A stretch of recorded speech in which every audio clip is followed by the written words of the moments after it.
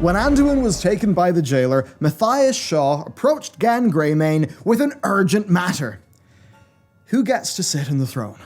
Previously, Turalian had been put in charge of the Alliance war effort, and without a king, he was made Regent of Stormwind. Pretty much by the House of Nobles. Yeah, the Nobles. Whose only other point of reference was, let's see, the entire Stonemasons debacle and being dominated by black dragons. But the thing is, Shaw sees a bigger problem. Too much power in one set of hands, especially when we don't know who guides Turalian's hands. Plus, he's a knight, not an experienced king. Shaw openly suggests that Greymane take the throne, that a king should sit on the throne, not a war leader. After all, in Before the Storm, Anduin appointed Genn as heir to the throne, should something happen to him. And something did happen to Anduin. So at this point, Genn was at a crossroads. Take charge and lead, even with the nobles liking Turalian, but likely emboldened by how Anduin did literally make him heir? Or, for Genn to do what he actually did, be a caged dog, cut Shaw off, howl after Sylvanas, and seemingly ignore the very real instability of the Alliance. An instability that he is perfectly positioned to help. Genn could do so much, but he is on a tight leash. How did he get here? And what is going to happen when Blizzard lets him run free? Freedom! Sponsored by nordvpn.com/Bellular Gaming, code Bellular Gaming, where you will get a 2-year plan with a huge discount plus 4 months free. Why do you get a VPN? It's simple. Do you want to watch content from another region of the world, like Netflix Japan? It's a lot more fun. Easy. Use Nord's 5,000 plus servers to choose your location and use the internet as if you were there. I also keep you private. Your ISP won't know what websites you're using, so they can't sell your browsing data to advertisers, which is very nice, nor can your ISP prioritize some of the sites and traffic that you use over others.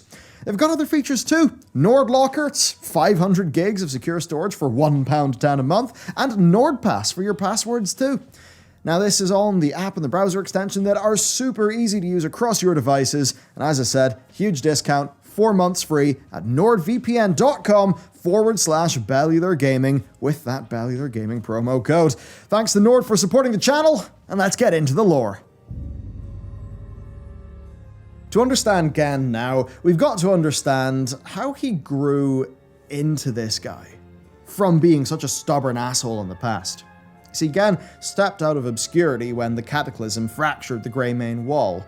We weren't totally surprised by the Worgen as players, of course. Years before, we had discovered Shadowglen Keep and Pyrewood, and it really didn't take long for people to speculate what that could actually mean for the Hermit Kingdom of Gilneas.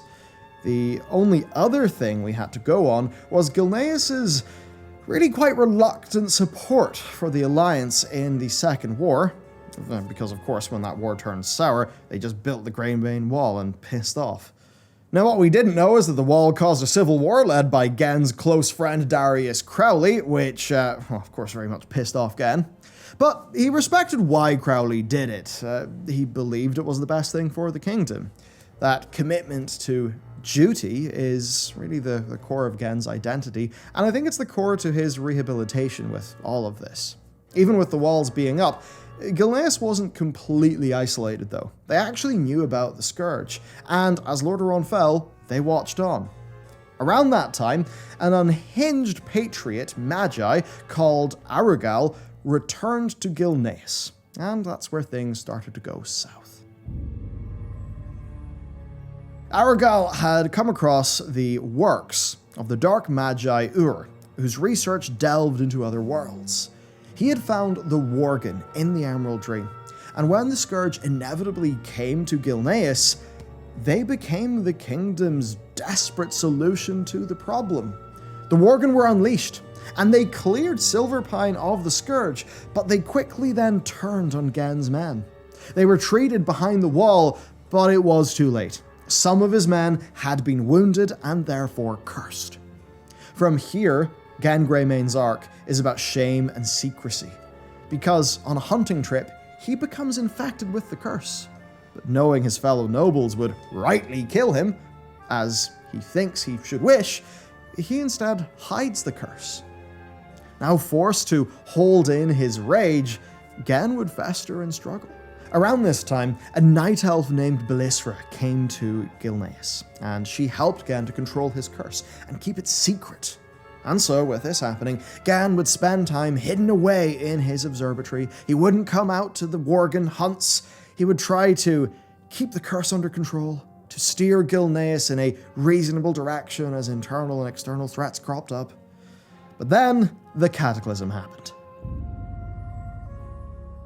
The Greymane walls shattered, and the Forsaken war machine swept through their lands. Genn had to swallow his rage and his pride, forced to reveal his own personal curse to the people, to make peace with the rebels, and united to share in defeat. For their attempt to retake the city was a failure that caused Genn's son his life at the hands of Sylvanas. This love of his son and grief over his death is something that would imprint heavily on Anduin.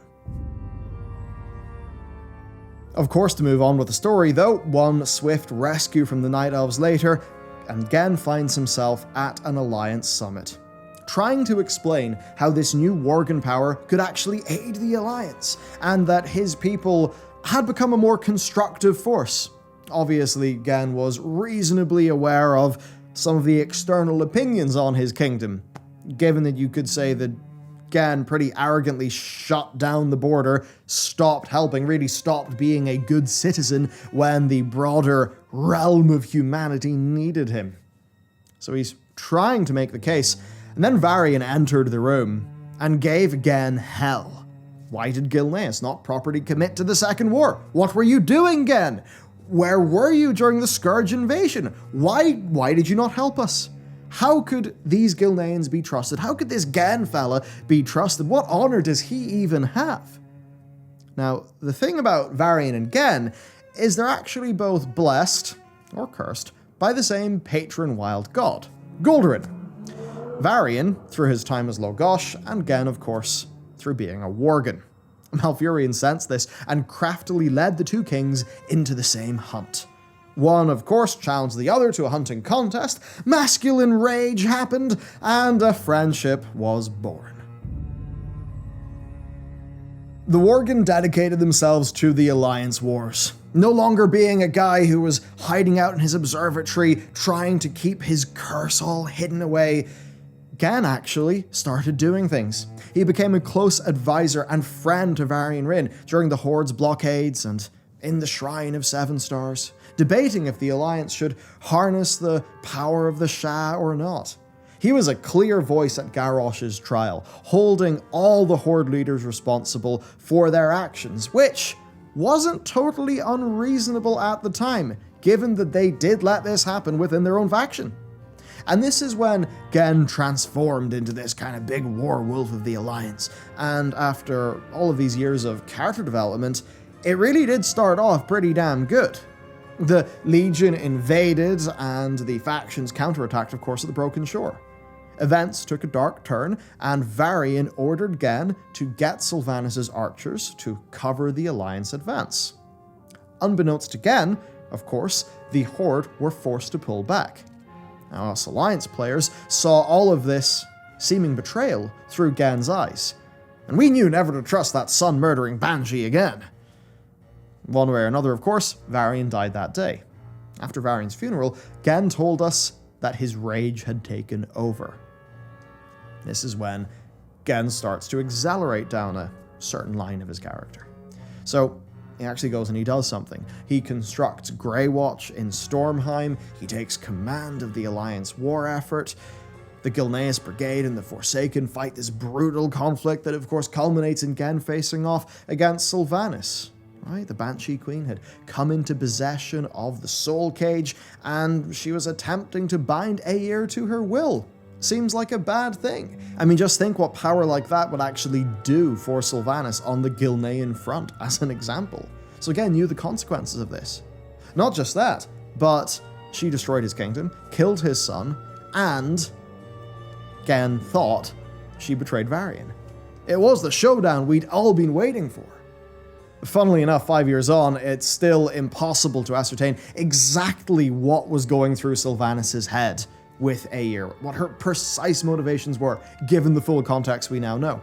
But obviously, when Genn destroyed the Soul Cage, you clearly felt that he was destroying the future of the Forsaken. Without a way to resurrect, their numbers would stagnate and then dwindle. We believed that at the time as well, and even though Genn didn't land a significant hit in Sylvanas, this did feel like a decent payoff for his pain. This is when we see Genn really fighting. This is when you look back at all of the things set up for his character and you see them coursing through his actions. Unfortunately, though, it's time for Genn to go in his cage. Anduin was suddenly king of Stormwind and had two key advisors. Genn served as the hard-edge counterpoint to Valen's more far-out wisdom. When Azerite began to show up, well, Genn was the first person to suggest that we actually put it in the guns. And I suppose the ensuing war would kind of prove him right. Anduin and Genn grew in their relationship, with the king trusting the wolf enough to make him regent whenever Anduin was off on diplomatic missions, and as I covered earlier, even to make him heir to the throne should something happen to Anduin. Heir to the throne if something happens to Anduin. Think about that. So there it is, Genn's officially Anduin's heir. Now later, Genn advised Anduin to have an actual heir and to do things like get married and, keep the line going. And Genn warned Anduin not to let the crown fall into the wrong hands. Then he says that he sees Liam, his son, in Anduin. The imprint truly is complete, and Genn's arc has oscillated away from where he started, over to the constructive rage of him just being a hawk for the Alliance, and now to being more of a still strong-edged but a supporting father figure. Then the War of Thorns happened, then the horrors of the Fourth War, and then Sylvanas snatches Anduin away. That is the second time she has taken a son figure away from him. And that brings us to our ultimate point about Genn. At the end of his arc, he has been relegated to a father figure, helpless to actually help Anduin. And that's where Tyrande came in. Tyrande really hates Sylvanas, and it is totally understandable. But if you think about it, Genn was already in that situation. Son killed, kingdom destroyed, betrayal at the Broken Shore. Tyrande didn't have as much of a pre-established reason to hate Sylvanas before Teldrassil. And this is where you can see a tricky spot for Blizzard, because if we do Genn trying to save Anduin, and if Genn really takes a lot of the role that Tyrande has taken, then can you just see that as retreading an other, arc with Genn again? Or could you say that looking back, it feels like Teldrassil and the Night Warrior stuff really felt like it was just serving the cosmic arc's furthering, but that in the process, one of the characters best placed for this story, Genn, has kind of had years of development shelved. You could think that. And then I would say, or has he? Back to the House of Nobles. There was like a 10-year gap in their history. Back around the vanilla era, they bankrupted the kingdom by racking up a humongous debt.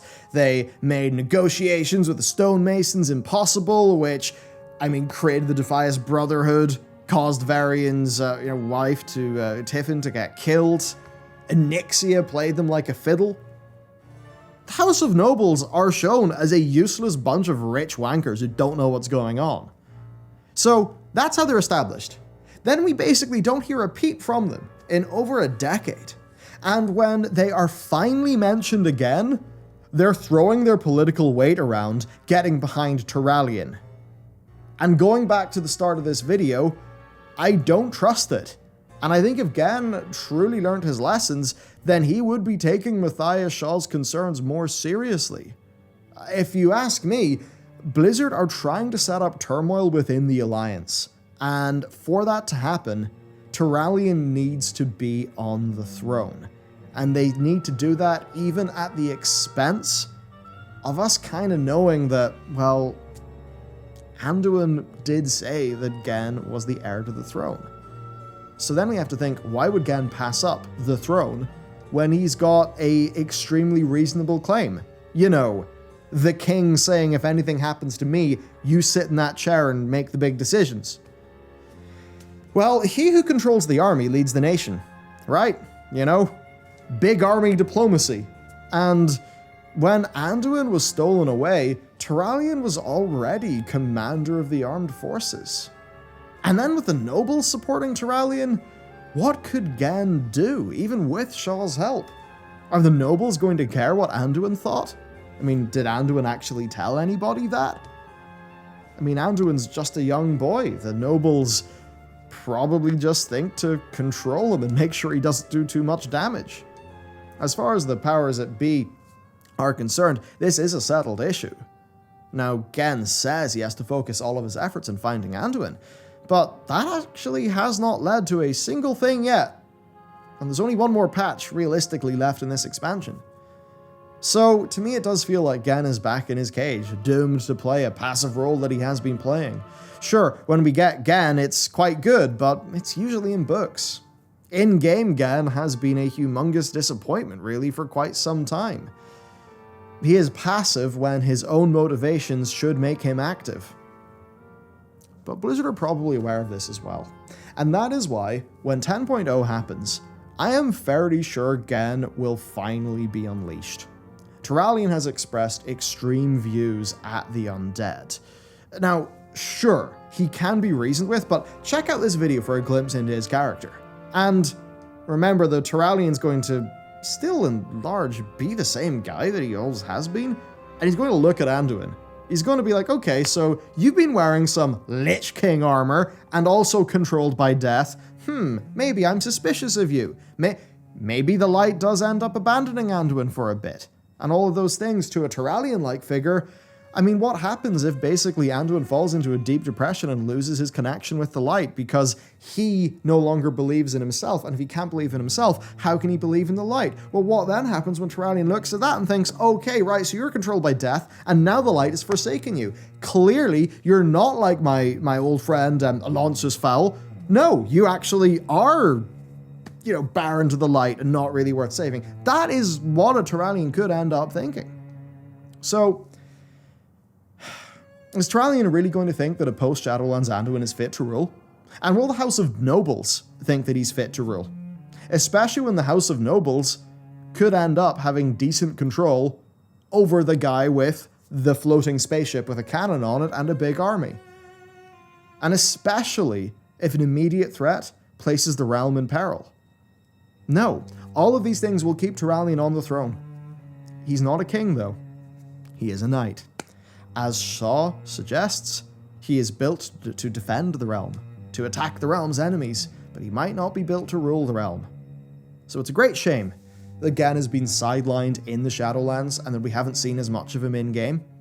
But at least what may be purchased for the price of this lull is a 10.0 that has Shaw, Genn, and Anduin together, maybe even Velen as well if the light's getting involved, dealing with rich political intrigue and perhaps bolstered by a solid cast of newer Alliance characters like Tess and Talia, who are well set up but really just need more time spent in-game.